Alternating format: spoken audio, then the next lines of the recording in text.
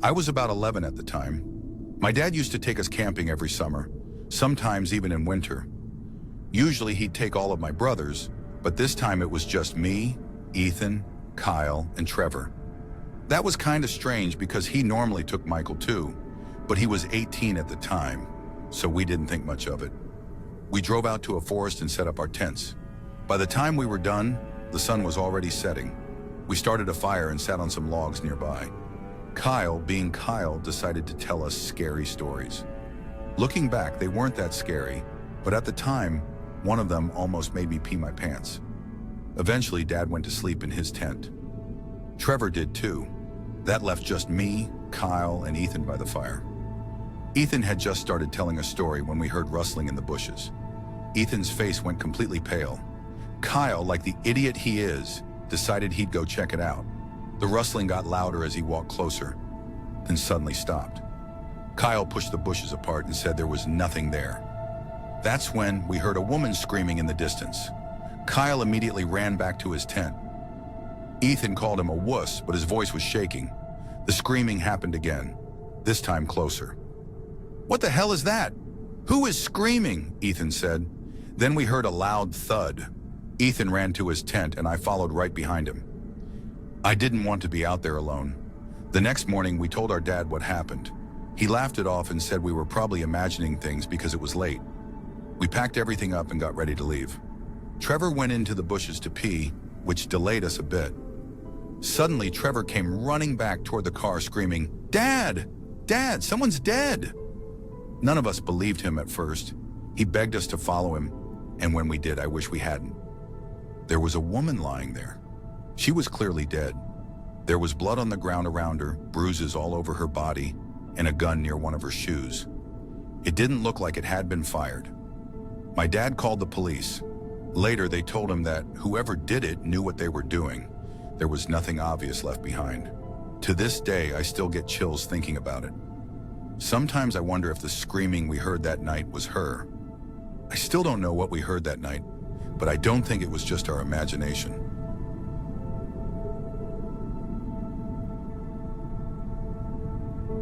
Back in 2021, my husband and I went camping at Boysen Reservoir in Wyoming.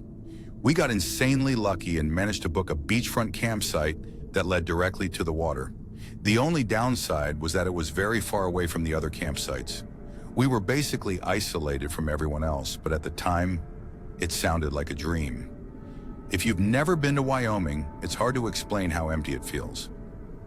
Once the sun goes down, it's pitch black and eerily silent.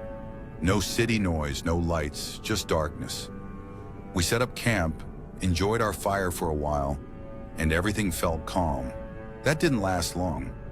Out of nowhere, an SUV with completely blacked out windows came driving down our road and straight into our campsite. It immediately put us on edge. My husband waved at them, thinking maybe they were lost or needed help, but they didn't acknowledge us at all. Instead, they drove past us and down toward the beach. They stayed there for about 5 minutes. Then they turned around and drove back the way they came. Something felt really off. My husband told me to start throwing everything into the car while he kept shining a flashlight toward the beach. We both had the same thought, that they might have dropped someone off to watch us. Once we finished packing, we got into the car and started to leave. As we pulled out, the same SUV came back into our campsite. When they saw us driving away, they turned around and followed us. At that point, it was pure panic. The roads out there are rough, narrow, and poorly maintained.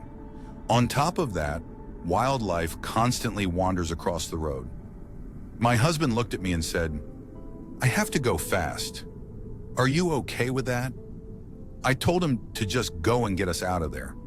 We were easily going around 80 miles per hour on those dark, winding roads, even through a canyon. The SUV stayed right on our tail for about 10 minutes. I genuinely thought we were going to crash or end up stranded somewhere worse. Eventually, after passing through the canyon, we lost them.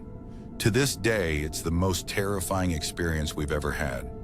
We still talk about it, wonder what would have happened if we hadn't listened to our gut when we did.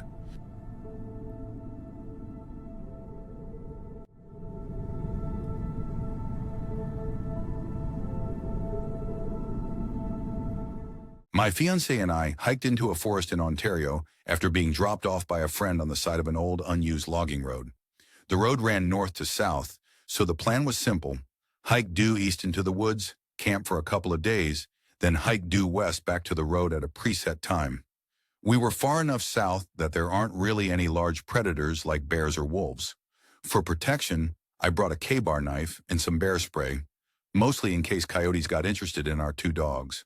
The logging road hadn't been used in years, and we hiked several kilometers in, so the odds of running into another person felt basically zero.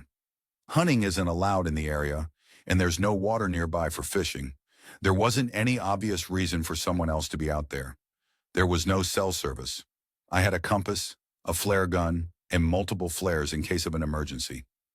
No GPS.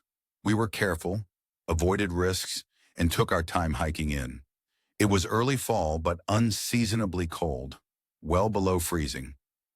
Leaves covered the ground and still clung to the trees, but there was no snow yet. We set up camp in the thick woods where visibility was awful. You couldn't see more than about 50 feet in any direction. It felt completely isolated, but also safe. Because it was so cold and dark, we went to bed early. It was a moonless, cloudy night, pitch black. I'm a heavy sleeper, but at some point I was woken up by my dog pawing at my face. I couldn't see him at all. When I reached out to pet him, something immediately felt wrong. His fur was standing straight up, his body completely rigid, and he was facing the tent door.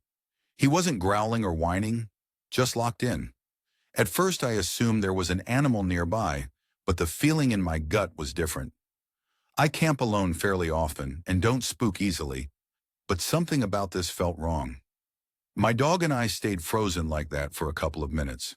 My fiancé and our other dog were still asleep. The fire was long out, no moon, total darkness.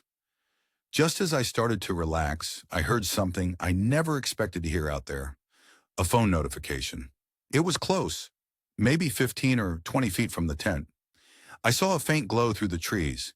Then I heard a man's voice mutter something like, "Oh, fuck." Immediately after, I heard him running away through the leaves. He was crashing into branches, swearing under his breath.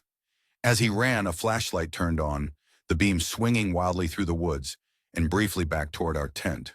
The dogs went absolutely ballistic. I grabbed my knife, checked my phone, 3:30 a.m., and yelled something along the lines of, "Don't come back." The strangest part was the direction he ran. He didn't go west, toward the logging road. He ran deeper into the forest. We didn't wait.